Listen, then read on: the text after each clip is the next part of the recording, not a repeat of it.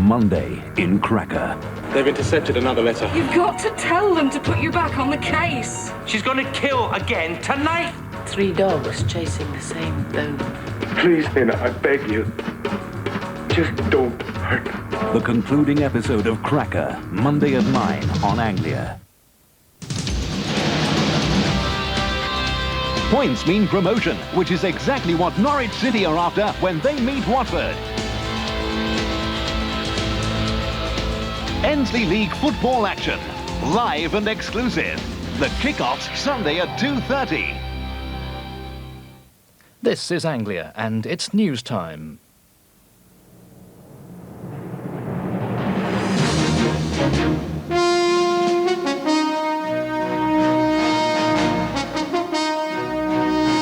From ITN, News at 10, with Trevor McDonald. Major silences his minister in a row over the princess. Rosemary West's first day of a life behind bars. Uncovered are their nuclear time bombs under Moscow. And the tale of a dog, a hero, and a diverted jet. Good evening. The Armed Forces Minister Nicholas Soames has been ordered by Downing Street to shut up about the Princess of Wales. In a controversial television interview on Monday, Mr. Soames, a former equerry to the Prince of Wales and a friend, questioned the mental health of the princess. His remarks outraged MPs, both Conservative and Labour, who said today he should be sacked. Our political correspondent Hugh Pym reports.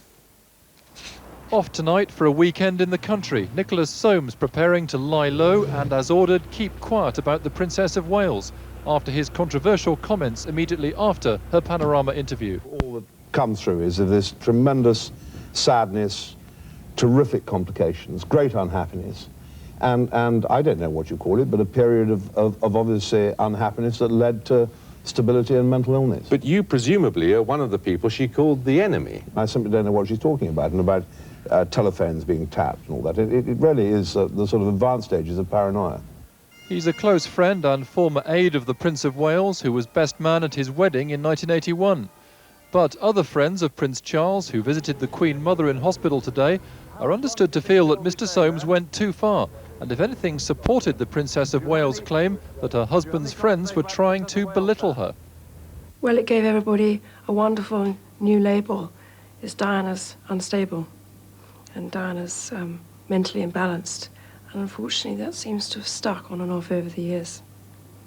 And today, Labour MPs, arguing that Mr. Soames had abused his ministerial position, pressed the Prime Minister for an explanation. Can the Prime Minister tell us whether or not he will tolerate the Minister of State for Defence continuing to act as the Prince of Wales butler?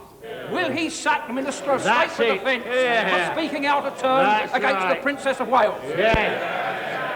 I do not expect any more comments, Madam Speaker.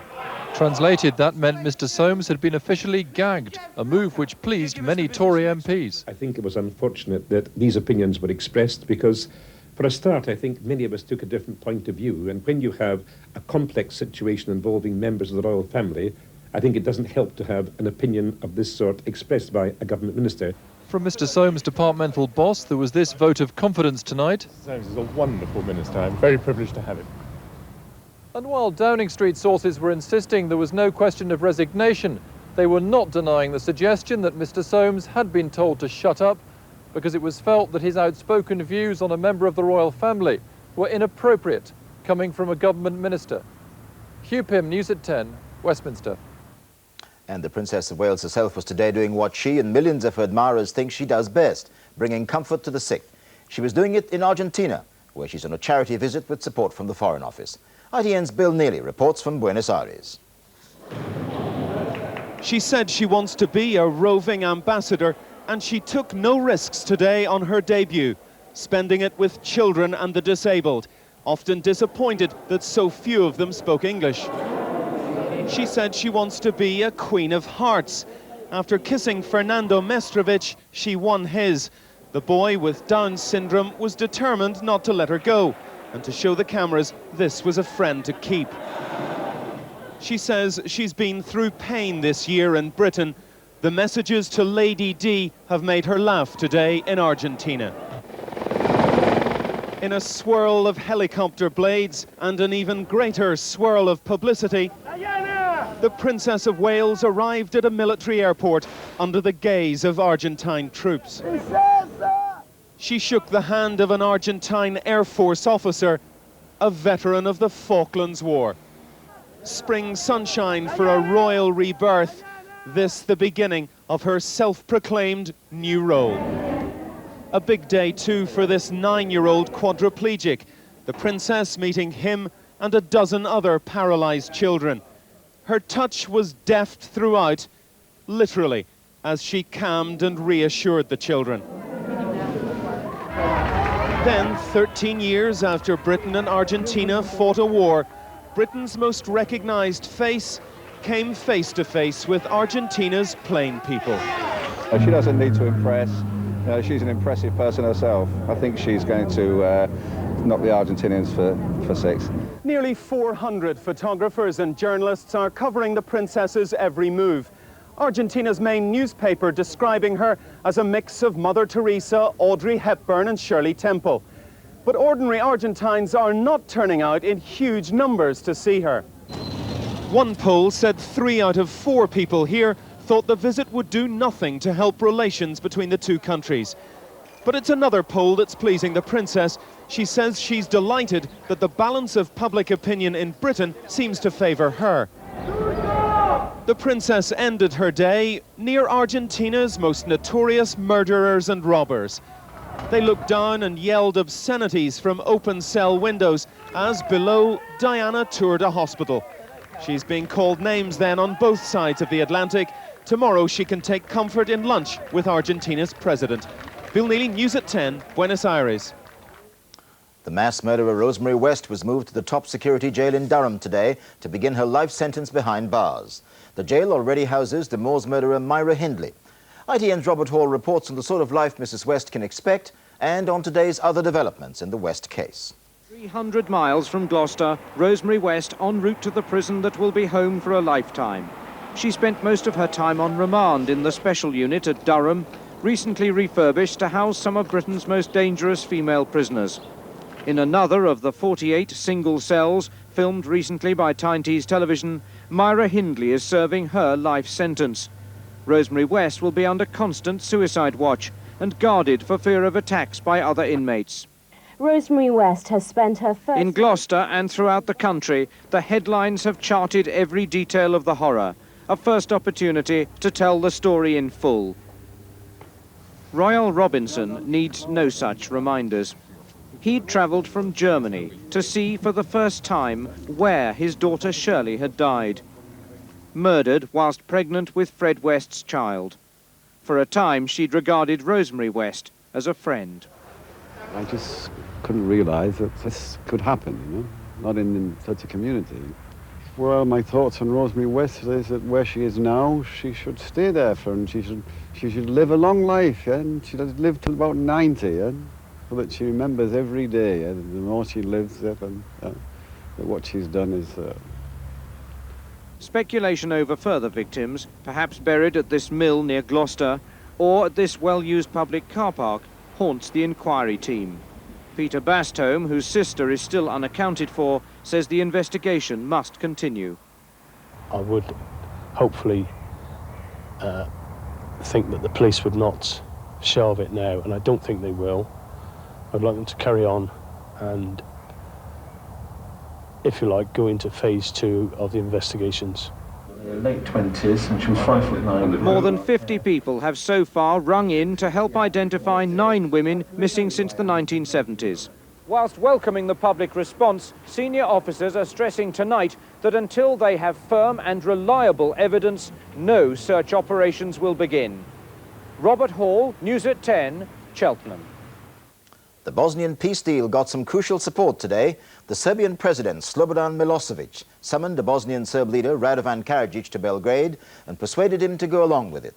The deal would keep Karadzic, as a man indicted for war crimes, out of any public office in the new Bosnia. ITN's Andrew Simmons reports from Belgrade. This could be an historic breakthrough. Bosnian Serb leader Radovan Karadzic has said yes to the Dayton peace deal signed only 2 days ago. Although they're unhappy about giving up territory, particularly areas around the capital Sarajevo, in truth, they've had little choice but to accept. When Serbian President Slobodan Milosevic arrived back in Belgrade last night, he had still not secured the agreement of the Karadzic camp. But this afternoon, Mr. Milosevic, in a secret meeting in Belgrade, persuaded them to accept the deal despite their misgivings. They were under colossal pressure from the Serbian president. In the closing stages of the war, they suffered a series of defeats when Croat troops captured the Krajina, which led to a flood of refugees into Serbia. Earlier, their forces had come under constant and punishing fire during the NATO airstrikes.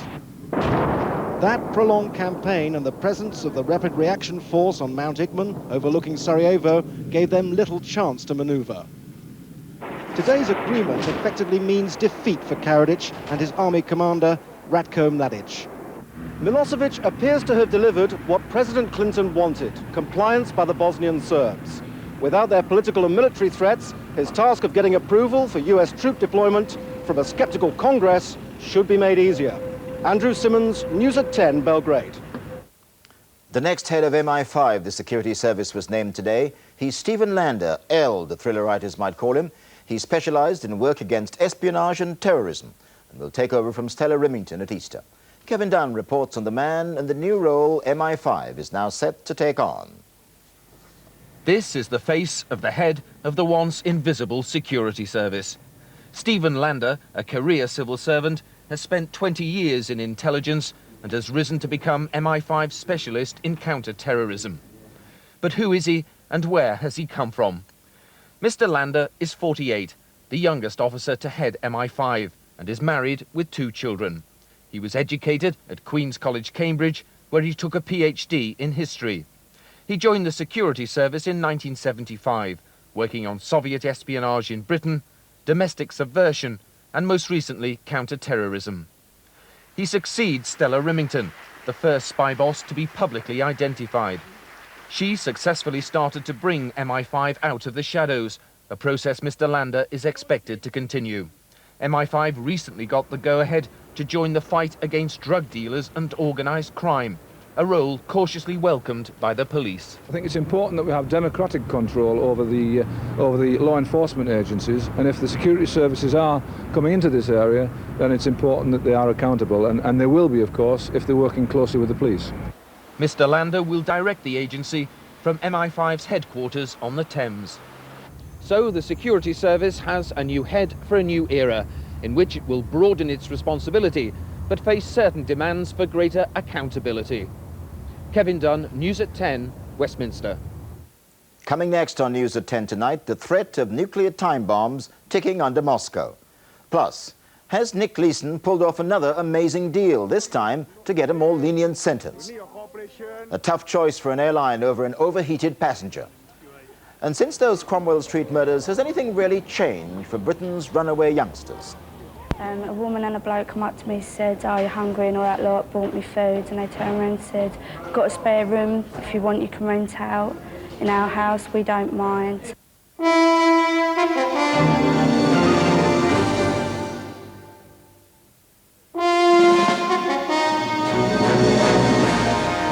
Welcome back. An extraordinary and, if true, a terrifying instance of nuclear terrorism came to light in Russia today. A TV station reported a claim by a notorious Chechen rebel leader that his people had buried 4 radioactive devices in and around Moscow. One such device was apparently found. Our Moscow correspondent Julian Mannion has the full story. Police and troops have rushed to a park on the outskirts of Moscow following threats by the Chechen rebel leader Shamil Basayev. Basayev says that he has placed radioactive devices in 4 locations in Russia. The threats were made at a recent press conference that Basayev gave at a secret location in Chechnya. It was Basayev who earlier this year humiliated the Russian government with his savage terrorist attack on the hospital at Budyonovsk. Now Basayev says that the radioactive material, which he identified as cesium, is packed in containers surrounded with explosives and can be detonated at any time if the Russian army resumes full-scale military operations in Chechnya. To show he was not bluffing, the Chechen terrorist leader gave a Russian television reporter what he said was the location of one of the devices. And today the reporter dug up a package in the Moscow park that Basayev had identified. The TV crew's simple test appeared to show that the package was highly radioactive, and the television company immediately informed the authorities. The Russian security service first said that the package had no connection with the Chechens. Now they're refusing to comment at all. But it seems possible that this is, at the very least, a dramatic act of psychological warfare by the Chechen rebels, timed to coincide with Russia's election campaign. Julian Mannion, News at 10, Moscow. The former Barings Bank trader Nick Leeson, who was extradited from Germany yesterday, will appear in court in Singapore tomorrow in about 3 hours from now. He faces fraud and forgery charges, but there's speculation that he may be planning one last deal to get off lightly. Our Foreign Affairs correspondent Michael Nicholson reports from Singapore. What you got to be back, Nick? Nick Leeson came back in a back-to-front baseball cap. He boarded the aircraft in Frankfurt wearing a Manchester City supporter shirt. He came off in a plain green. He looked strained, which is not surprising. He has a lot ahead of him. Tomorrow morning he faces 11 charges, including forgery and cheating, each carrying a maximum of 7 years.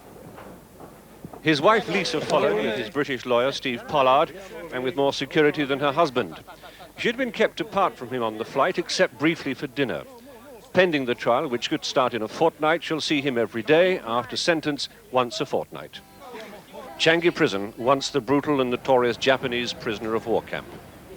Like the others here, including those on death row, he will spend no more than about 3 hours on the exercise yard. The rest of his day will be spent in his cell, no bed, just a mat on the floor. Accused of 3 years of deceit and reckless gambling, he threatened Singapore's highly prized money market. And Singapore's courts might not be expected to be lenient. But there is talk here now of a deal, cooperating and naming others that could earn him a lesser sentence, something his lawyer will not confirm or deny to me. Would a deal be permissible in Singaporean law? Oh, absolutely, yeah, sure. I mean, that's it's regularly, it occurs on a regular basis. On the quay, over a beer and after trading, the moneymen, his former colleagues, are not pleased about any talk of a deal. They are already incensed at reports that he's done other deals with newspapers, television, plus a book and a film that could net him over £3.5 million. So some mixed feelings about his return here tonight, because even when you deduct his lawyer's fees and those of his film and literary agents, he'll still be left with about £3 million. And he may well conclude, as you and I might, that this is the best deal he's ever made. Michael Nicholson, News at 10, Singapore.